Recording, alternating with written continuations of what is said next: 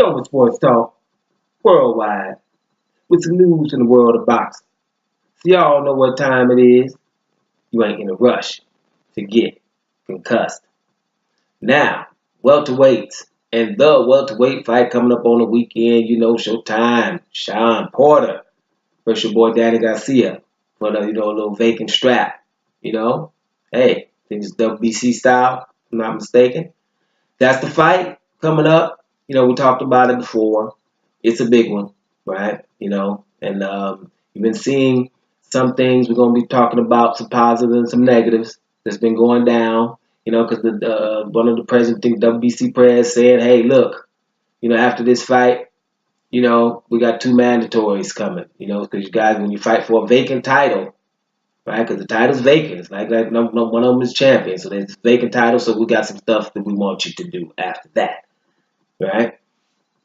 That's pretty good news for some people, but for people who would like to see the winner of this fight, Errol Spence, right, to unify, that's not too good. That news is not too good, right? It's not as bad news, matter of fact. And so something can happen. Now, WBC press makes it clear now, if Keith Thurman is healed by that time, he gets the first shot. And ain't nobody going to complain about that, or should. When Keith Thurman ready, then ready. Because by the end of the day, both of these guys I beat already, right? So, let's make sure that's clear. I can take a break. I can never fight again, matter of fact. But if I decide to, we've had Emirates titles before. I get back and deal with whoever thought they's the baddest dude. We're going to give Keith Thurman that respect. But if that don't happen, then it could be anybody. I heard the name Andre Berto come up. And every time I hear the name Andre Berto come up in a situation like that, I always have to think about the outrage that Floyd Mayweather got in his very last fight for fighting a 2-time champion in Andre Berto. As a matter of fact, Sean Porter's back in this fight for beating Andre Berto in an eliminator. So, I always like to make sure people, Floyd Mayweather, 39 years old, leaving, and he couldn't fight somebody like that without somebody having to comment on it. That's a bad boy. But back to the situation at hand. Look, you get Ugas winner versus whoever he fights, or Andre Berto, if it's not Thurman, for the Sean Porter, Danny Garcia winner, right? That's probably not what we want to see. Now, we've heard the guys, saying now, before this fight, hey, Sean Porter, I want Errol Spence after this. Danny Garcia, yeah, I'll fight Errol Spence if that's what's put in front of me, right? That's cool. I mean, that's good news for most of us or whatever. I mean, but my point, judging by that, I don't personally buy it, when fighters say that before their fight, right? Probably hone in on what they're saying after the fight, because there was a whole lot of, before this fight, that wasn't happening. Errol Spence has been significant for a while now. And either one of these guys could have fought Errol Spence before this. I mean, there's little things in between, but if you wanted to, he's been there. It's the same promoter, same everything. It's not easy fights to make, but they didn't happen. It was this vacant title. So if you're saying that before the fight that you'll fight Errol Spence, that's good. But we'll hone in on if that is what's being said after that fight, right? So, I don't buy that. Like, I've been checking Anthony Joshua out about to fight Povetkin. Now it's like, well, I want Deontay Wilder on April 13th, right? Makes that Povetkin fight. Look, I want, that fighter. But everybody ain't buying it because if you wanted him, you could have wanted $80 million. Everybody's stupid. So, the same thing. For before the fight, no. It was a whole time in between that when it could have happened.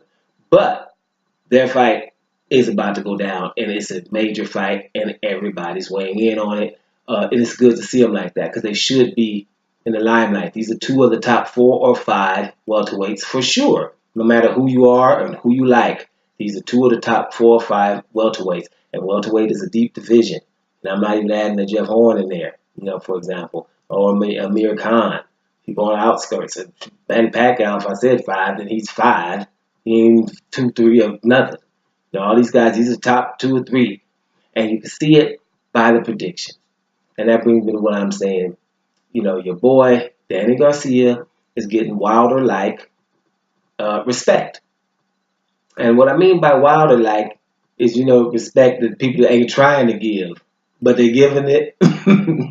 You know what? Like, he ain't never fought nobody. But do you want your dude to fight him? No. Or he ain't, he still ain't fought nobody. Like Tony Bellew. Hey, well, you want to fight him? No. When he hugged me, wrapped around 2 times. I ain't trying to fight that dude. But he still ain't nothing. Everybody do that, but they don't want to fight the guy, and he's respected. You're not ready for him, or whatever, right?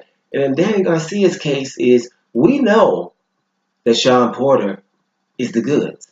We know that he comes forward. We know that he's throwing multiple punches. Everything. He's coming. He's going to be in your chest. It's hard to get your boy Sean Porter off of you, right? Everybody know he's a bull. He could probably fight at 160 like he was earlier in the Olympics and stuff. Big dude, right? This dude, you ain't going to get him off of you easily.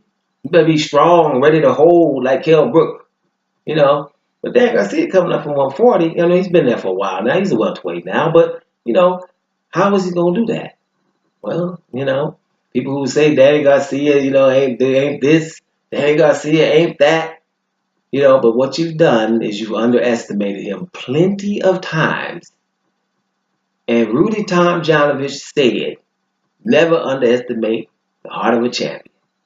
That's an NBA coach for the Houston Rockets. That's just so profound. Never underestimate the heart of a champion. This is what fits on Dan Garcia. The dude figures out how to win. If he has to be technical, that's what he's going to be. Everybody seems to know about that left hook now. That ain't no secret no more. But, if he's got to be technical, he will. He just does what it takes to win. He has a pretty, rounded game. Probably doesn't do anything other than left hook awesomely. He has an underestimated defense. But you would still think, well, Sean Porter. Most people be thinking Sean Porter. For most of the people that are weighing in, most of them, I would say it's about at least 60-40 for Danny Garcia, if not 70-30. A lot of people, are weighing in on this, and they have Danny Garcia now split decision. Nobody's thinking knockout here. Somebody can get clipped, but split decision one way or the other. So this is a real good 50-50 fight. The odds makers have Danny Garcia slightly ahead here, right? So it's all the way down. Good 50-50 dust up. Winner would be a champion. We would like them to fight Errol Spence next or whatever, right? But we're not always getting our wishes in these things. We don't know what's going to happen. That's why, like I said before, I'm not really weighing in on what they said before the fight. After the fight, after this, a week after the fight. Not what they say in the ring, because that don't count either, because that's in the ring in front of people. About a week after that fight, if somebody is saying, we're targeting Errol Spence now, then they're targeting Errol Spence.